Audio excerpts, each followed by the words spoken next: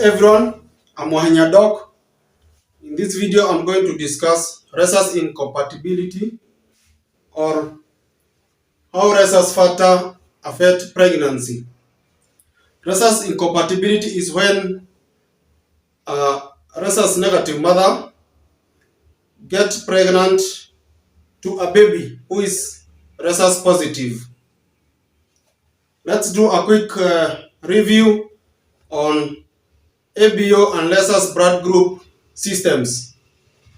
ABO blood group system has four main types of blood group: blood group A, blood group B, blood group AB, and blood group O. What determines your blood group? Your blood group is determined by antigens. Your red blood cells contain antigens on the surface. If your blood group A, your blood contains A antigens. If your blood group B, your red blood cells contain B antigens. Antigens are sugar molecules. A and B antigens are different types of sugar molecules. If your blood group AB, your red blood cell contain both antigen A and antigen B. If your blood group O, your blood does not contain any red blood, your red blood cells does not contain any antigen on its surface. What is Rhesus blood group system? Rhesus blood group system determines whether your blood group is positive or negative. If your red blood cell contain Rhesus D antigen, we say you are positive. If your red blood cell does not contain Rhesus D antigen, we say you are negative. This means that ABO and Rhesus blood group systems means that a person can either be blood group A negative or blood group A positive, blood group B negative or blood group B positive, blood group AB negative and blood group AB Rhesus positive, blood group O Rhesus positive or blood group O Rhesus negative. Let's see how blood group Rhesus incompatibility happens. We inherit our blood group from either our mother or our father. How does Rhesus incompatibility occur in pregnancy?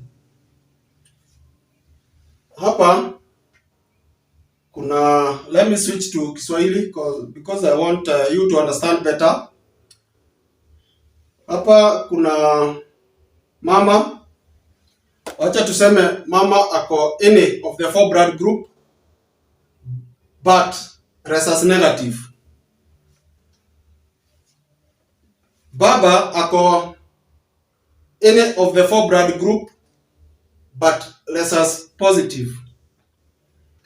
Then mama apate mimba, then ihappen mtoto ame inherit blood group Rhesus ya baba, which is Rhesus positive. Wakati itafika mtoto kuzaliwa, the placenta usually separate, huwa ina separate na uterus. Damu kidogo ya mtoto, Rhesus positive blood ya mtoto kidogo yake like 0.5 ml huwa inapita kwa circulation ya mama, which we are saying is Rhesus negative. From that circulation ya mama huwa inatengeneza antibodies against Rhesus positive blood ya mtoto. This is because Rhesus negative blood ya mama huwa inachukulia like the Rhesus positive antigen ya mtoto ni it's a foreign substance. Huwa inaichukulia ni kama bacteria. Juu mama yeye hana the Rhesus D antigen kwa red blood cells zake.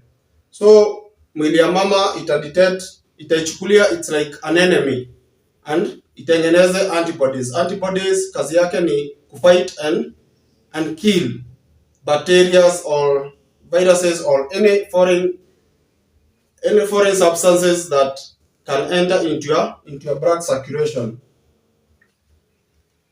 When the mother circulation form antibodies, we usually say the mother has been sensitized. Sensitized means that the mother circulation has formed antibodies against Rhesus positive blood of the baby. Ni reasons gani zingine zenye zinaweza fanya mama atengeneze or akuwe sensitized or aform hizo antibodies against Rhesus positive antigens of the baby? One is in case you get an abortion. That's why we don't encourage abortion in case you are Rhesus negative, or in case a woman get a miscarriage, or in case a woman has a ruptured ectopic pregnancy. Ruptured ectopic pregnancy is when fertilizations happen in the fallopian tube. When the embryo is growing, it can cause the fallopian tube to rupture because the size of the fallopian tube is small than the embryo. Number 3, in case a woman has a placenta abruptio. Placenta abruptio is the detachment of the placenta mostly during the 3rd trimester. This presents as vaginal bleeding during the 3rd trimester. And 4th, in case a Rhesus negative woman is transfused with a Rhesus positive blood in hospital, which is a very bad mistake. It's not supposed to happen. Now, what happens to the baby? The firstborn baby will be fine because antibodies will form after the baby has already been delivered. The problems happens from now the second-born, third-born to the fourth-born. What happens is that when after 2 years maybe this woman get pregnant and the baby inherit the Rhesus positive from the father. If the second-born inherit Rhesus negative from the mother, Rhesus incompatibility will not occur. But if the second-born inherit Rhesus positive red blood cells or blood from the father, just like the firstborn, these antibodies that were formed after the first pregnancy, they have not forgotten. So what they do is that they cross from the mother circulation and enter into the circulation of the baby. They will start destroying the red blood cells of the baby, and what will happen is that this baby, the second born, will be born with a disease we call hemolytic anemia of the newborn. So mtoto atazaliwa na anemia. Anemia is a low number of red blood cells because they have been destroyed. 2, mtoto atazaliwa na what we call jaundice in newborns or neonatal jaundice. Jaundice in newborns is the yellow coloration of the baby's eyes and the skin. This yellow coloration comes from after red blood cells have been broken down or attacked by the antibodies. They produce a byproduct we call bilirubin. Bilirubin is very toxic, and when this bilirubin is in excess, it usually moves to the eyes and to the skin of the newborn. I've done a video on neonatal jaundice. You can check it in my YouTube channel. Then If the bilirubin is so high, this baby can also be born with a complication of jaundice. This complication, we call it kernicterus. Kernicterus is when the bilirubin cross over to the brain of the forming baby. It will destroy the brain cells. It will destroy a part of the brain we call the cortex and the basal ganglia. Basal ganglia control or moderate movement. So huyu mtoto akizaliwa atakuwa na anemia.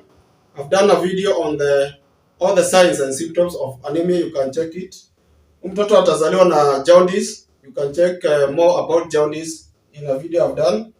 And that mtoto atazaliwa na cerebral palsy. Cerebral palsy is a complication of kernicterus ama bilirubin ikienda kwa brain. Cerebral palsy is what we call, mtoto atakuwa na the following signs and symptoms. One, the second born atakuwa na difficulty in walking, difficulty in sitting or inability to stand. Atakuwa na shida ya kutosikia, hearing loss. The eyes will always be gazing up, and also atakuwa na facial deformities, and also anaweza develop mental retardation. Mental retardation is where a child is born with an IQ which is below average. Mental retardation present as a child cannot be able to do personal responsibility or duties. Mtoto akikuwa mkubwa, maybe ako 3 years, this child cannot control the bladder, cannot control defecation. This child cannot bathe him or herself. This child cannot dress himself. This child cannot be able to learn or taken to school to read, to write. So those are the complications of Rhesus incompatibility. For the third born and the fourth born, the signs and symptoms will be worse than in the second born. So that born atakuwa na severe anemia, jaundice, atakuwa na what we call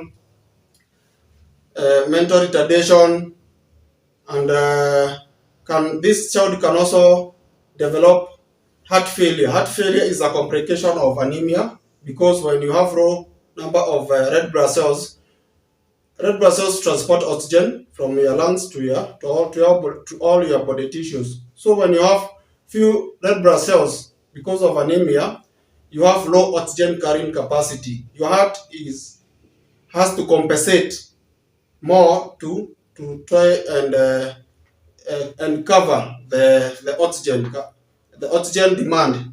So this one can lead to heart failure. When this baby, that born or fourth born, develop heart failure will result to what we call generalized edema. Generalized edema is the accumulation of fluid in all the tissues of the body. So this baby will be large, and this baby will die in the uterus. And also, if the mother is not assessed well, it can also result to the death of the mother. How do we prevent Rhesus incompatibility? If you are Rhesus blood group, you need to, there's an injection we call an anti-D or program, which is used to prevent all these complications. Follow and subscribe Wanya Doc for more content like this. Thank you.